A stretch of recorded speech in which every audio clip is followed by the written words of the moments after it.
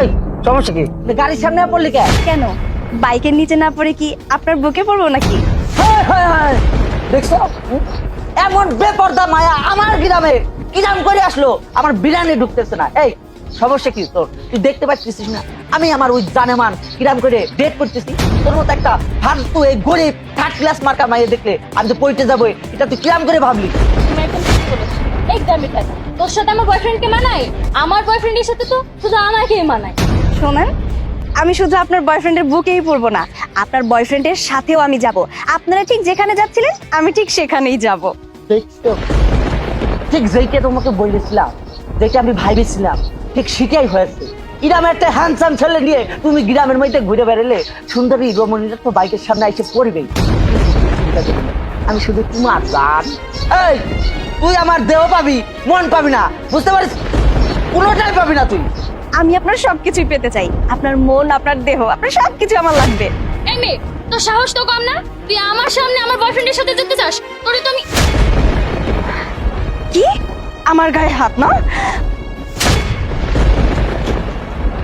এই, তোর এরম সাহস কিরাম করে হয়? তুই আমার সামনে আমার এরকম স্মার্ট গার্লফ্রেন্ডের গায়ে হাত তুলে ফেলেছিস, তো তুই আজকে আমি ফাটা ফেলবো।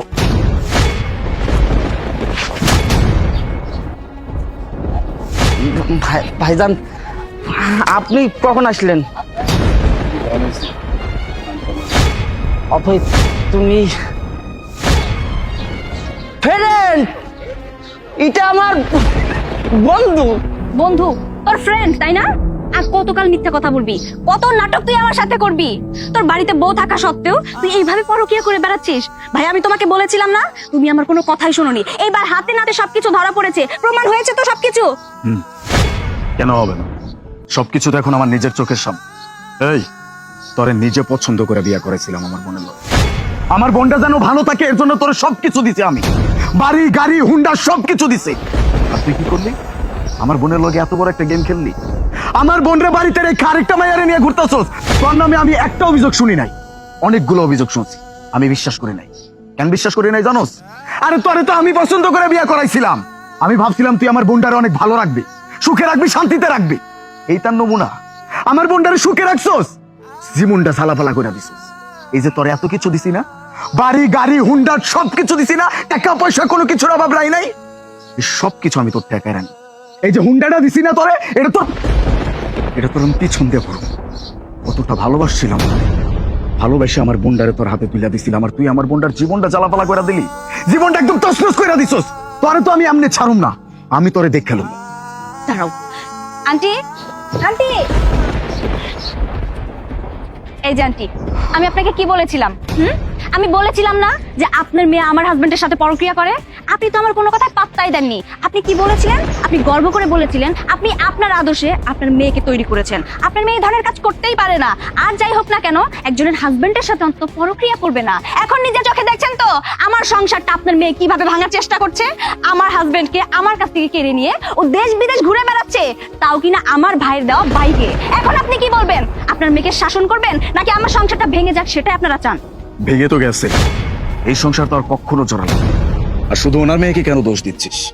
দোষ তো তোর স্বামীরও আছে। শুধুমাত্র তোর স্বামী না, দোষ তো আমার। আমি তো একটা বাজে মানুষ চুজ করছিলাম তোর জন্য। এই যে কি মেয়ে মানুষ করছেন, হ্যাঁ? কেমন মেয়ে মানুষ করছেন? এতটুকু শিক্ষা দিতে পারেন নাই? সে একটা মেয়ে মানুষ, অন্য কারো সংসার সে কিভাবে ভাঙে? এইরকম কিছু মেয়েদের জন্য আমাদের দেশে প্রতিটা সংসার ভাঙতেছে। এখনো সময় আছে, নিজের মেয়েকে শিক্ষা দেন, ঠিকভাবে শিক্ষা দেন। যদি এটাও দিতে না পারেন, আজ বাদে কাল আরো 10টা মানুষের সংসার ভাঙবে। নিয়ে যান আপনার মেয়েকে।